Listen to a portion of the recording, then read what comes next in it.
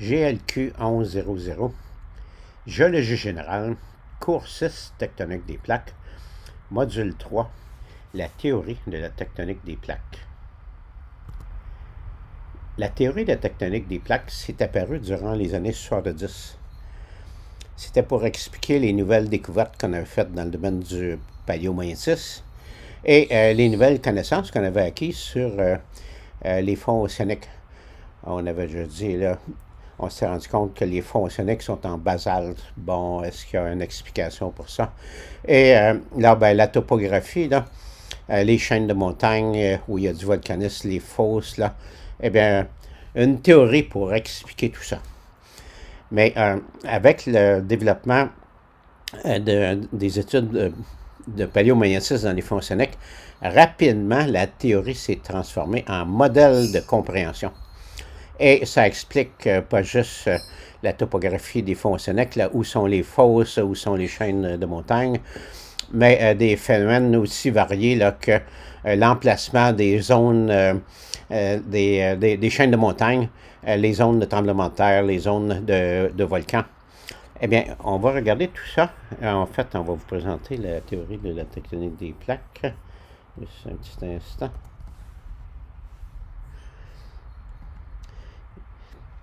La théorie de la tectonique des plaques postule qu'il y a des mouvements de convection dans le manteau supérieur.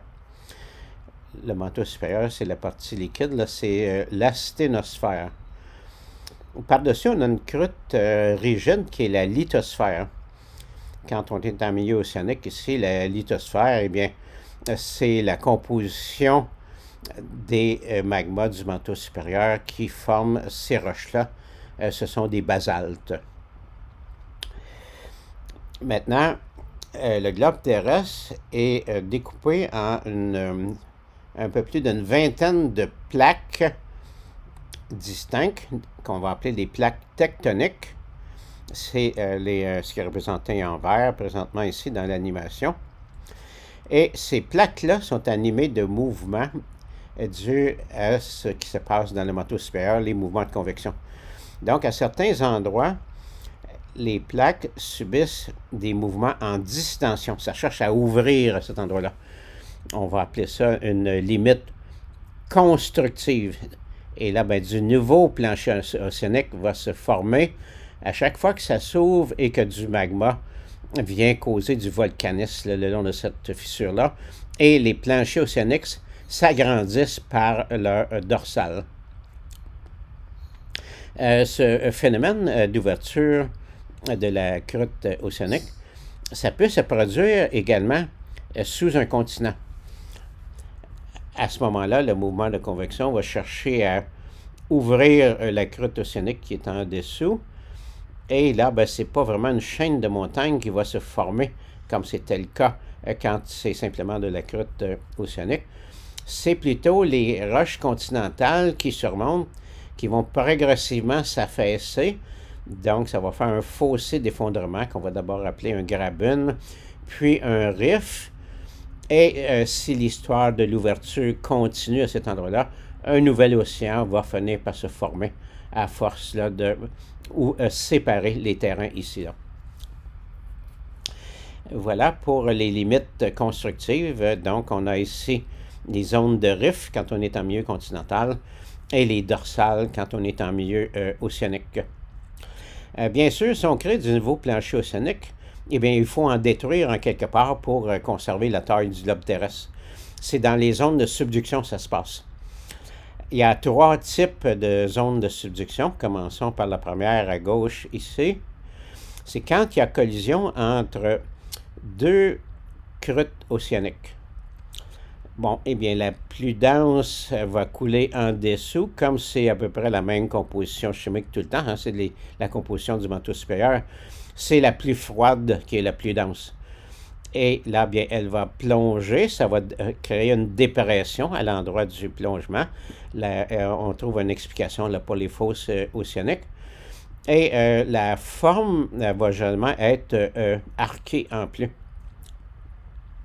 Et la croûte qui s'enfonce va être réchauffée en descendant dans le manteau supérieur. va se produire une fusion partielle des matériaux qui s'enfoncent. Et là, bien, il va se former un magma secondaire enrichi en silice aluminium, par exemple, et appauvri en magnésium-calcium, qui s'associe avec des minéraux qui se forment à plus haute température. Donc, un magma secondaire ici qui va générer des roches de moindre densité. Donc, les roches volcaniques des petits volcans qu'on voit ici, là, ont une composition enrichie en silicium par rapport aux roches volcaniques des fonds océaniques. Ça, c'est le premier type de frontière de subduction, donc une zone destructive de la croûte océanique, une zone de subduction. Maintenant, regardons qu'est-ce qui se passe quand c'est entre une croûte océanique et une croûte qui porte un continent. C'est l'exemple qui est au centre ici. La croûte océanique va plonger sous celle qui porte le continent. Les roches continentales ont une densité moindre. Ici, c'est une question de densité. Les basaltes, ça a une densité d'environ de 3, tandis que les roches qui ont des compositions de granit, par exemple, là, c'est plutôt 2,6. Donc, des matériaux 2,6 vont toujours surnager là, dans un phénomène comme ça. Mais les contraintes ici en compression vont faire que la bordure va se plisser. Donc, il va y avoir formation de plissement. Ça veut dire une chaîne de montagnes côtières ici. Et ici et là, à travers cette chaîne, il va y avoir bien sûr du volcanisme de subduction comme on avait expliqué ici, parce qu'on a une croûte océanique qui s'enfonce à partir d'une certaine profondeur. Elle rentre partiellement en fusion et on va former ici des magmas secondaires qui vont donner du volcanisme associé à la formation de cette chaîne côtière. Le troisième type de zone de subduction, c'est quand les deux plaques qui se rencontrent portent chacune d'elles un continent. C'est l'exemple de droite ici. Ici, on a l'exemple actuel de l'Inde qui s'enfonce sous l'Asie. Et là, ben, comme les roches continentales sont de moindre densité, l'Inde ne continue pas son chemin dans le manteau. Ça va plutôt se faire décoller de la croûte océanique et ça va s'empiler. La Chine, le continent asiatique par-dessus le continent indien, et ça va dédoubler la croûte terrestre à cet endroit-là. Ça va former les plus hautes chaînes de montagnes que l'on connaît sur Terre. On parle des Himalayas ici. Et bien sûr, à travers cette chaîne-là, ici et là, il y a du volcanisme lié à la subduction qui est en cours. On va aller voir des exemples de tout ça, où est-ce que c'est situé dans le monde à l'aide de Google Earth. Commençons par regarder la plaque nord-américaine sur laquelle on vit ici, là.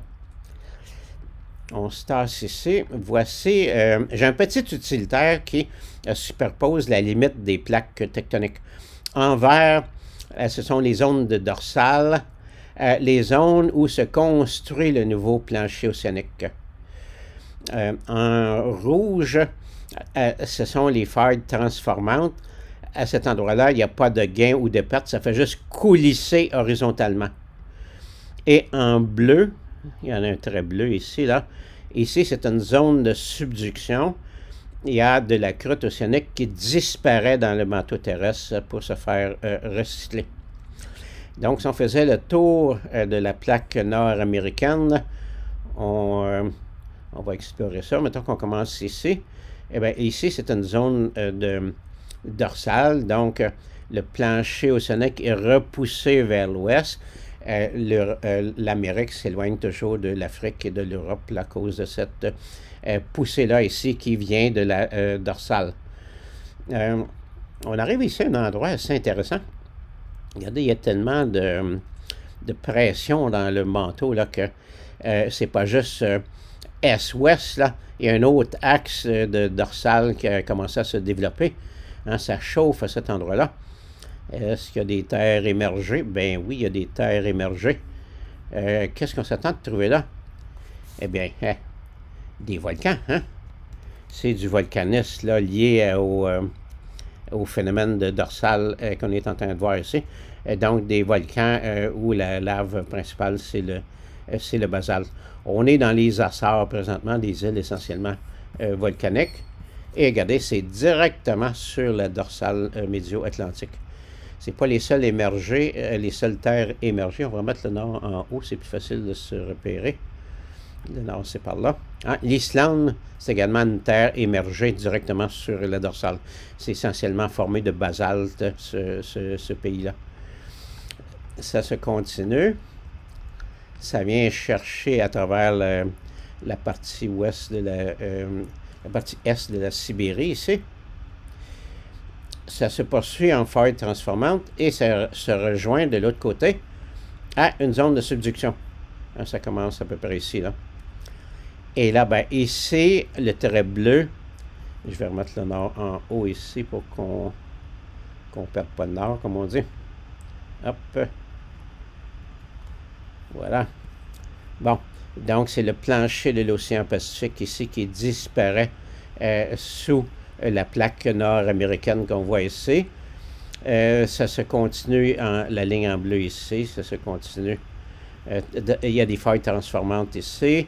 On revoit le trait bleu, on le revoit ici. Et jusqu'en Amérique du Sud. Donc, par rapport à la plaque nord-américaine, on est même rendu trop loin, là. Il aurait fallu tourner ici par cette faille transformante-là, ici, retrouver notre zone de subduction. Et voilà la plaque nord-américaine. Qu'est-ce qu'il y a d'intéressant à regarder à part de ça? Eh bien, on avait parlé des collisions entre les plaques. Bon, ici, on avait déjà vu hein, le plancher de l'océan Pacifique, la plaque Pacifique ici qui disparaît sous la plaque nord-américaine. Ça se fait le long d'un arc de cercle ici. Et là, on a une fosse au pied. Et les petits îlots qui sont là, regardez, ce sont des îlots volcaniques. Voilà. Hop. Bon, on est bienvenue dans la chaîne des Aleutiennes, des petites îles volcaniques, du volcanisme de subduction. Et là, bien, ça fait le tour du Pacifique, donc des volcans partout. Où sont les volcans en ce bas monde, principalement en bordure des plaques tectoniques, comme on voit ici. Et là, bien, allons voir maintenant une collision entre une plaque océanique et une plaque qui porte un continent. On remet le nord en haut ici. On a le plancher de l'océan Pacifique Sud ici, qui plisse la marge de l'Amérique du Sud. Regardez, on voit des plissements, une marge plissée qui va quand même assez loin à l'intérieur des terres. Ici, le terrain est bien plat et regardez, on voit les plis les plus éloignés ici. La fosse de subduction ici, la marge plissée. Ça se prolonge l'Amérique centrale, allons jusqu'en Amérique du Nord. On voit le même phénomène. Regardez ici, les plis sont déportés jusqu'au Yukon ici. Là. La zone plissée due à l'activité de la zone de subduction qu'on voit ici. Là. Maintenant, une collision continent contre continent. On va aller à l'exemple le mieux connu. Tantôt, quand je vous parlais de dorsale, hein, on n'avait pas regardé le grand rift africain ici. Là. Regardez, l'écorce terrestre tend à s'ouvrir. Ici, il y a déjà, c'est déjà un bras de mer. Hein. Et si ça continue à s'ouvrir selon les flèches, ça va devenir un océan. Et là, bien, à travers l'Afrique, cette partie-là de l'Afrique de l'Ouest devrait se détacher si l'activité de subduction continue ici. Là. On termine ici l'Inde qui est en collision avec l'Asie. On voit la forme arquée de la zone de subduction.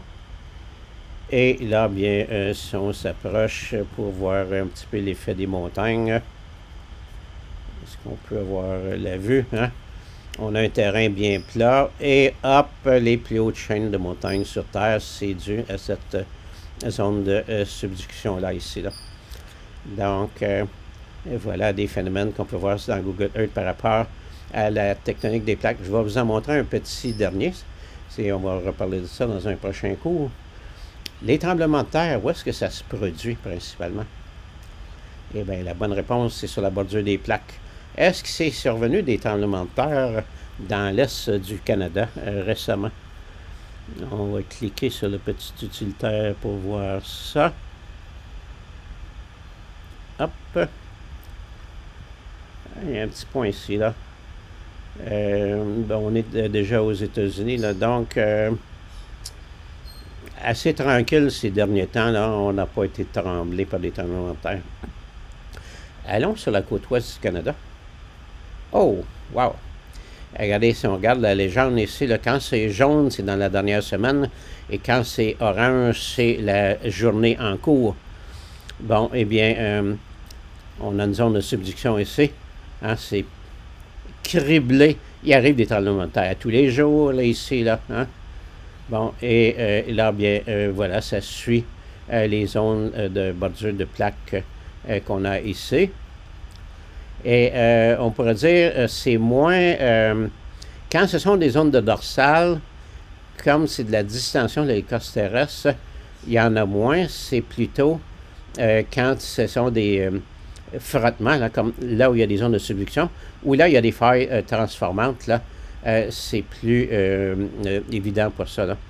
Il y a des endroits, comme ici, regardez, il y a des tremblements de terre, bien, ça s'est passé plutôt sur le rouge ici plutôt que sur le vert.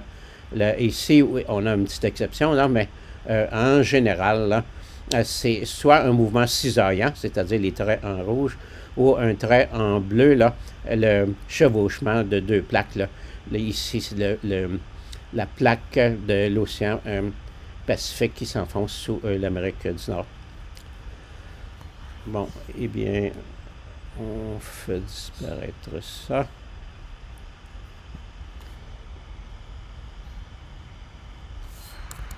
Ceci termine le module sur la théorie de la technique des